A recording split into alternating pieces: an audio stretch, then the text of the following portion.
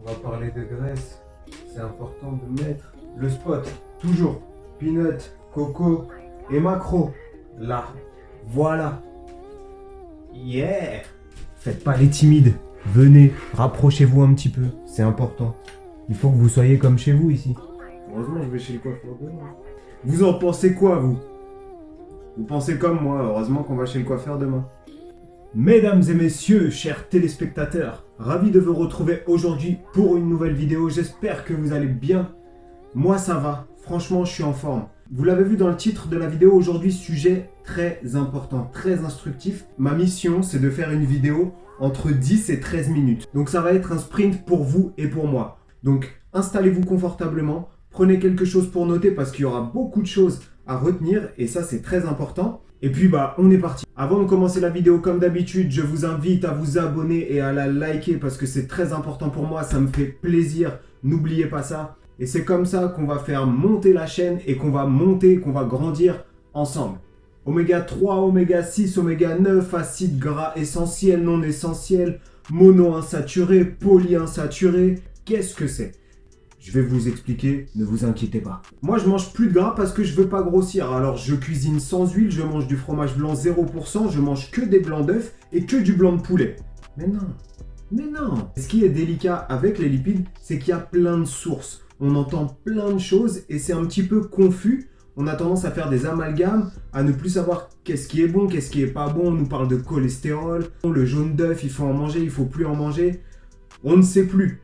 Donc on va revoir en détail tout ça et vous comprendrez beaucoup mieux après, ou en tout cas je l'espère. En règle générale, on a tendance à dire qu'il faut plus ou moins 1 gramme de lipides par kilo de poids de corps. C'est-à-dire je fais 70 kilos, je dois manger environ 70 grammes de lipides par jour. Et je me rends compte avec mes élèves et avec les personnes qui me contactent pour du coaching, quand on analyse un petit peu leur diète, quasiment tous sont en dessous ça. Ou alors, ils ne mangent pas les bonnes graisses. Première partie, définition des lipides. Il faut savoir que les lipides sont le macronutriment le plus calorique des trois. Pour 1 gramme, on a 9 kilocalories. À quoi ils servent en général? Donc là, tous les lipides mélangés, je ne vais pas faire au cas par cas, ils constituent la structure de nos cellules. On est fait de cellules et les lipides constituent ces cellules-là. Donc en gros, si on veut que nos cellules fonctionnent bien, il faut leur apporter des lipides. Ça va aussi contribuer au bon fonctionnement des neurones, du cerveau, du thymus, de la thyroïde et d'autres organes vitaux comme ça. Ça joue aussi sur la plasticité, sur l'élasticité de la peau. Donc si vous voulez être beau, si vous voulez à 60 ans en paraître 20,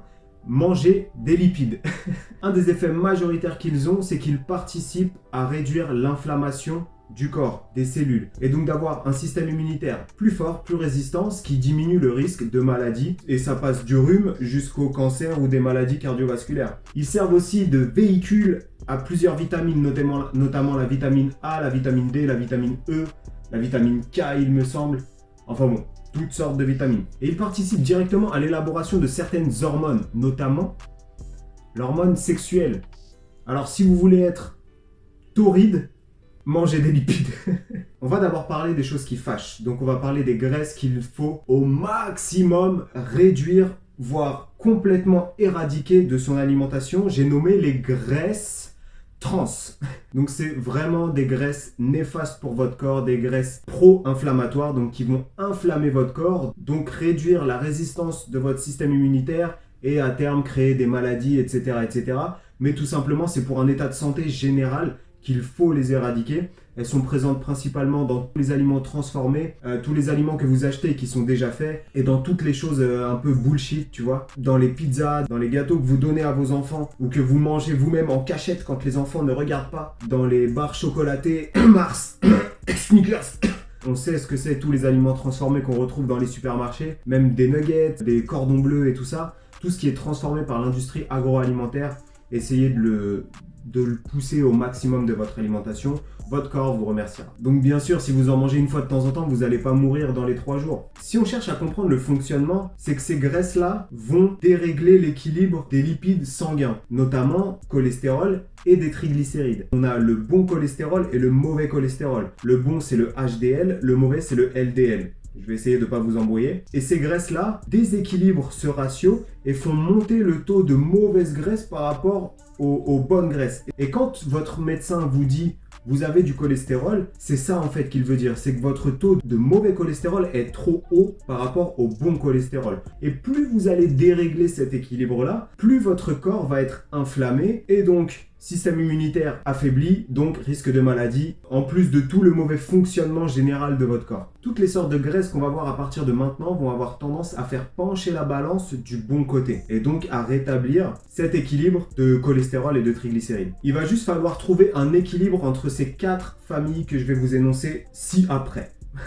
On va commencer par les acides gras saturés qui sont ceux qui ont été le plus diabolisés, surtout il y a quelques années, maintenant de moins en moins, parce qu'on s'est rendu compte en fait que c'était pas eux qui étaient directement liés aux maladies cardiovasculaires, etc. Alors qu'avant c'est ce qu'on pensait. Notamment parce qu'ils sont très présents dans tous les aliments style charcuterie, fromage, dans les viandes. Ces aliments-là sont connotés péjorativement. Bon, la charcuterie c'est très gras, très salé, très transformé avec des nitrites et plein d'autres sortes de produits qu'on ne sait pas trop ce que c'est. Mais le reste, les viandes, les produits laitiers, que ce soit du fromage, du beurre, du lait, tous ces produits-là sont bons. Après, ça dépend encore une fois de la qualité, mais ça, on va y revenir un petit peu plus tard. Une très bonne source d'acides gras saturés, c'est l'huile de coco. On en parle de plus en plus. Alors, c'est des acides gras saturés, mais l'avantage de cette huile-là, c'est qu'elle ne se dégrade pas à la cuisson, contrairement à l'huile d'olive. Donc si vous voulez faire chauffer une poêle forte pour faire cuire une viande ou peu importe, préférez l'huile de coco,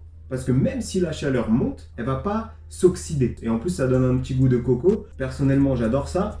Voilà pourquoi j'ai ma petite boîte de noix de coco ici. Et si vous digérez bien tous les produits laitiers, eh bien mangez-en. Le fromage, vu que c'est quelque chose qui a été fermenté, va apporter justement des bactéries à vos intestins et donc alimenter votre microbiote. Ce qui est une très bonne chose pour votre flore intestinale. Vous n'êtes pas obligé de manger du fromage blanc 0%. Prenez du 3% si encore une fois ça rentre dans vos macros générales de votre journée. Buvez du lait. Voilà, si vous les digérez, il n'y a pas de problème. Et là, ça va commencer à être intéressant mais technique en même temps. On va parler des oméga 9. Je fais ça parce que après je vais mettre un truc ici. Je vais mettre oméga 9. Tu vois. Donc c'est des acides gras qui sont non essentiels, c'est-à-dire que le corps c'est les synthétiser à partir d'autres nutriments. On va les retrouver principalement dans les oléagineux, donc dans les amandes, dans les noix de cajou, les macadamia, les noix du Brésil et toutes sortes de noix. On va les retrouver aussi dans l'huile d'olive et aussi dans l'avocat par exemple. Astuce pour l'huile d'olive, c'est pareil, elle est là. 2 litres d'huile d'olive, on rigole pas chez nous. On ne rigole pas. Enlevez le cordon bleu. Une fois que vous avez fait votre plat, voilà, vous avez vos féculents, votre viande, vos légumes et tout ça. Prenez de l'huile d'olive. Une fois que le plat est terminé et que vous avez juste à faire réchauffer, soit vous mettez directement dans votre assiette. Comme ça, l'huile ne se dégrade pas, elle ne s'oxyde pas et elle reste donc bénéfique à votre santé. Et en plus, c'est super bon. Ajoutez à ça un petit peu de sauce tomate ou de purée de tomate ou de pulpe de tomate et c'est la folie dans vos papilles. Un peu d'épices. Et ça y est, vous êtes le roi. Et plus ça va, plus on rentre dans le pointu du sujet. Et là, on va passer donc aux graisses polyinsaturées, qui sont les oméga 6 et les oméga 3. Ils sont dits essentiels, c'est-à-dire que votre corps ne peut pas les synthétiser, donc vous êtes obligé de les amener par l'alimentation.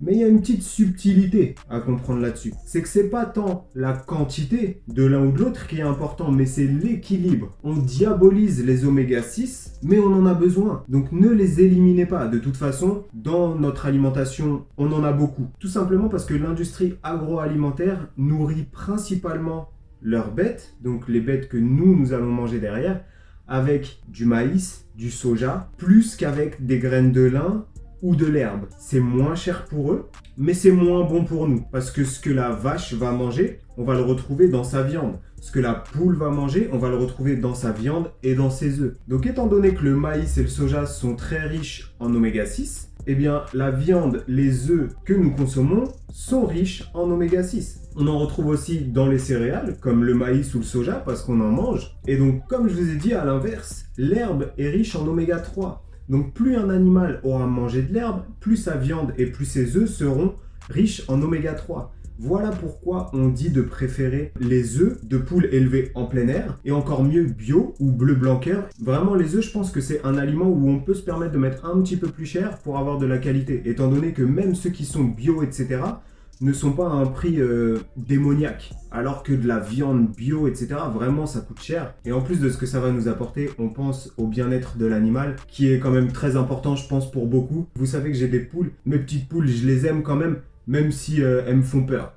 Les oméga 3 sont vus comme le saint graal, mais en vrai, ils sont égaux aux oméga 6. C'est juste que, comme je vous l'ai dit, on a tendance à manger beaucoup trop d'oméga 6 par rapport aux oméga 3. Donc déjà, on a 3 sortes d'oméga 3. Les oméga 3 végétaux, qui sont nommés ALA. Je vais vous passer le nom complet, de toute façon, je m'en souviens plus. Et ces oméga 3 sont intéressants, mais c'est pas les meilleurs, parce que le corps va être obligé de les transformer pour les assimiler. Et ce processus-là, il a du mal à le faire. On va en trouver principalement dans les graines de lin, l'huile de lin, forcément, dans les graines de chia, ou kia, mais moi je dis chia, parce que j'aime bien, je trouve ça drôle. On va en retrouver aussi dans certaines noix et tout ça. Il faut savoir que les oléagineux sont un mélange en fait d'oméga 3, 6, 9. Il y a un peu des 3 dans chacun, à des doses différentes. Par contre, il y a les oméga 3 de source animale qui sont l'EPA et le DHA. Encore une fois, je vous épargne les noms, qui sont très présents dans tous les poissons gras, le saumon, le thon. Essayez de préférer au maximum les petits poissons, donc ceux qui sont en bas de la chaîne alimentaire, parce que les gros, en fait, récupèrent toutes les pollutions, tous les métaux lourds. Vous pouvez manger plus régulièrement du maquereau, de la sardine, du hareng, que du saumon ou du thon, voilà, qui sont un petit peu plus pollués. Et puis voilà, filet de maquereau, on l'a ici, il nous dit riche en oméga 3. Donc on va le croire. Bien évidemment, ne croyez jamais ce qu'on vous met en première page sur le packaging. Regardez toujours ce qui a marqué derrière. Parce que ce qui a écrit en gros ici, c'est juste pour vous le vendre. C'est tout. Les oméga 3, on va les retrouver aussi dans les viandes rouges en quantité limitée quand même. Dans les viandes blanches, il y en aura un petit peu plus si, encore une fois, l'animal a été bien nourri. Dans les œufs, c'est pareil. Si vous prenez des œufs bio bleu blanc cœur, ou des œufs, comment ça s'appelle le truc, Royal, c'est quoi comment ils appellent ça la marque là, mais c'est écrit en rouge et il y a un R en gros là. Label rouge, merci la tablette. Donc vous l'aurez compris, au final c'est qu'une question d'équilibre et c'est assez difficile de quantifier dans certains aliments, est-ce que ça c'est des oméga 3, des oméga 6, des oméga 9, et voilà pourquoi on a tendance à se perdre aussi je pense, c'est que certains aliments contiennent un petit peu des 3. Comme les oléagineux par exemple. Mais si j'ai un conseil à vous donner, c'est juste déjà limiter tout ce qui est agroalimentaire, industriel, déjà préparé, transformé et tout ça, ça poubelle. Limiter l'huile de tournesol, on en trouve aussi, attention, dans plein d'aliments transformés et tout ça, dans les plats tout prêts. Elle est pas mauvaise, hein, mais elle est très riche en oméga 6. Donc si vous mangez ça, plus ça, ça va faire que votre taux d'oméga 6 va monter. Préférez l'huile d'olive, l'huile de lin, l'huile de colza.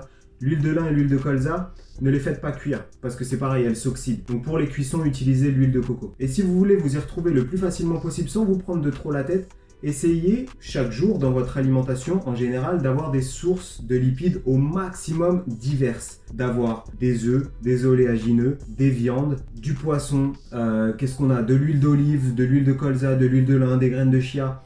Une chose aussi, n'oubliez pas que dans le chocolat noir, il y a des graisses de très bonne qualité, donc c'est des graisses saturées aussi, mais qui contiennent des polyphénols, qui sont très bénéfiques aussi pour la santé. Vous allez trouver justement cet équilibre entre bon cholestérol, mauvais cholestérol, voire même votre bon cholestérol, HDL, je rappelle, sera beaucoup plus haut. Donc votre corps sera dans une situation anti-inflammatoire, tous les organes fonctionneront bien, tout sera optimal. Vous renforcerez votre système immunitaire, vous tomberez moins malade, vous serez plus résistant et puis vous éviterez peut-être d'avoir des maladies graves par la suite. On ne sait pas où on sera dans 20-30 ans, mais ça se joue aujourd'hui. Donc faites attention à ça et vous serez en bonne santé.